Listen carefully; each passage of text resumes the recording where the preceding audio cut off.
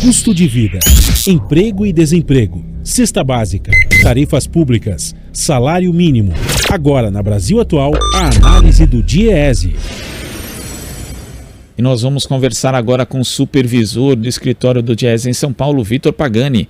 Bom dia, Vitor. Bom dia, Glauco. Vitor, os ministros do Supremo Tribunal Federal, André Mendonça e Nunes Marques, divergiram ali do que vinha sendo votado até então e votaram pela manutenção do piso salarial da enfermagem neste sábado. O julgamento começou na sexta-feira, no plenário virtual, e está agora com 5 votos a 2 para manter os pagamentos do piso salarial que foram suspensos até que sejam feitos cálculos sobre as maneiras de financiar essa nova lei. Como é que você vê essa controvérsia jurídica em torno do piso nacional da enfermagem, Vitor? Bem, Glauco, primeiro é preciso dizer que o piso nacional da enfermagem foi aprovado em lei, né? Foi aprovado também uma PEC, uma emenda constitucional para dar segurança jurídica, né, para a implementação desse piso, né? É uma reivindicação histórica dos profissionais da enfermagem, né? É uma reivindicação de mais de 30 anos, né? Em que, durante a tramitação no Congresso Nacional, tanto no Senado, onde foi aprovada por unanimidade, quanto na Câmara dos Deputados, e especialmente na Câmara, foi criado um grupo de trabalho para fazer o estudo, o exame, né, os cálculos dos impactos advindos da implementação dos pisos fixados no projeto de lei, né? Então, esse grupo de trabalho fez as estimativas, né, ouviu o setor empresarial, empregador, ouviu o setor público, ouviu os representantes dos trabalhadores, né, e no seu relatório, o deputado relator era o Alexandre Padilha, aqui de São Paulo. No relatório foi concluído que o impacto da implementação dos pisos, ele era de 16,3 bilhões, quando a gente considera tanto as empresas privadas, as empresas sem fins lucrativos e as 3 esferas de governo, né, municipal, estadual e federal, e em termos relativos correspondia a apenas 2,02% da massa salarial anual dos estabelecimentos empregadores, né? Então, concluiu também que é um valor que correspondia a 2,7% do PIB da saúde, né? E a 3,65% do orçamento do Ministério da Saúde. Portanto, a gente vê que não é um impacto que inviabilize a aplicação do piso da enfermagem, né? Muito pelo contrário, né? E é bom destacar também, Glauco, que durante a pandemia, né, a área de saúde, né, as empresas da área de saúde foram uma das que mais cresceram, né, na economia. Então a gente viu o lucro, né, dos planos de saúde crescendo de forma bastante vigorosa e, inclusive, quando a gente olha os bilionários brasileiros, né, a gente vê que os que mais ganharam dinheiro durante a pandemia foram os da área de saúde, né? Então, não justifica, né, essa argumentação do setor privado e essa espécie de terrorismo, né, que algumas associações empresariais da saúde têm feito com os trabalhadores, né, dizendo que vão demitir, que vão fechar leitos. Isso não tem cabimento, né? Inclusive isso é uma forma de assédio moral coletivo e deve ser denunciada ao Ministério Público do Trabalho e à Justiça do Trabalho. E a gente lembra aqui que quem entrou com a ação no Supremo Tribunal Federal para não pagar o piso foi a direção da Confederação Nacional da Saúde, Hospitais, Estabelecimentos e Serviços. Foi essa entidade que propôs a ação direta de inconstitucionalidade contra o piso, mas apesar de ser uma ação de inconstitucionalidade, a liminar concedida pelo ministro Luiz Roberto Barroso não questiona a constitucionalidade do piso, aponta simplesmente a ausência de fontes de custeio. Agora, Vitor, justamente por conta desse baixo impacto, você acredita que uma solução pode ser chegada ali no próprio Congresso Nacional, ou seja, algum projeto de caráter emergencial que possa indicar quais seriam essas fontes de custeio para o pagamento do piso salarial? Então, Glauco, o Fórum das Entidades da Enfermagem, né, tem trabalhado para isso, né, buscado uma interlocução tanto com o Supremo Tribunal Federal quanto com a Câmara dos Deputados e o Senado Federal, né. A lei aprovada, né, e foi aprovado também uma PEC. Então, para dar o amparo constitucional à aplicação dessa lei, caberia ao governo federal, ao Poder Executivo, ao Ministério da Fazenda, buscar os recursos que garantam a implementação da lei, né?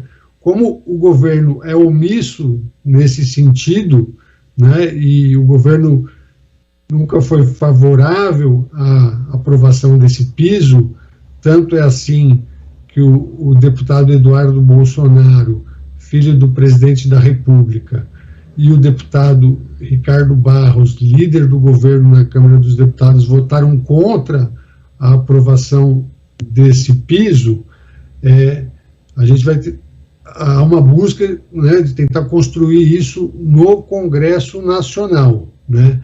E aí isso passaria, né, por alguns caminhos, né? Um deles seria uma redução da carga tributária da área da saúde, né? Então, com uma desoneração da folha de pagamentos, considerando que é um setor que emprega muitos trabalhadores, né? Um setor que emprega e exige qualificação profissional, então é um emprego compatível com o aumento da escolaridade que a gente verifica na juventude, né, nas últimas décadas. Esse seria uma alternativa, né? A outra alternativa está relacionado à ampliação de recursos para o financiamento da saúde, né? Não só por conta do piso, mas por conta do problema crônico de subfinanciamento do SUS, né?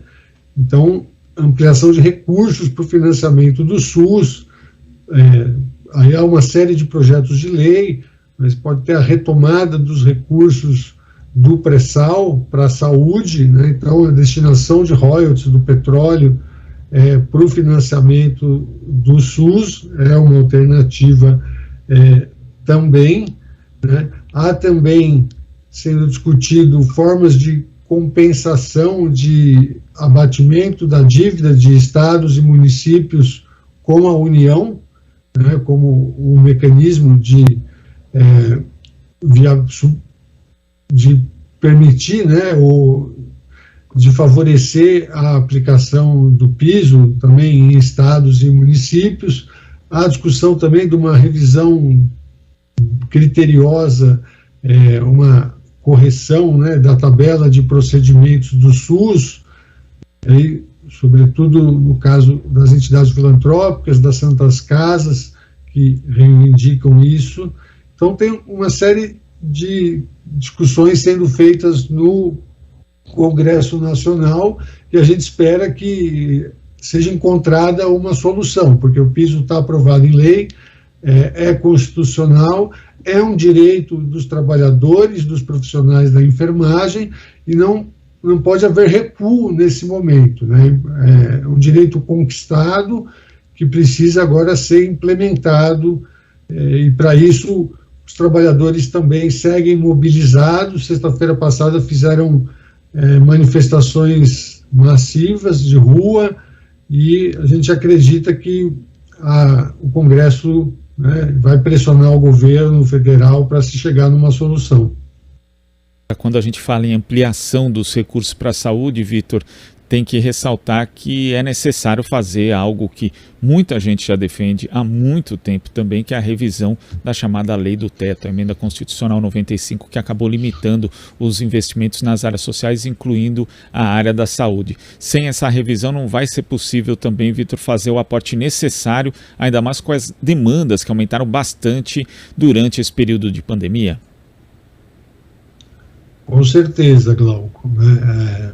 A revogação do teto de gastos, né, que na verdade é um teto de gastos primários, teto de gastos em políticas públicas, né, porque não tem teto nenhum para as despesas financeiras, né, para essas não foi imposto nenhum tipo de limite, ela precisa ser feita, né, para garantir o financiamento adequado da saúde, né, da saúde pública, do SUS.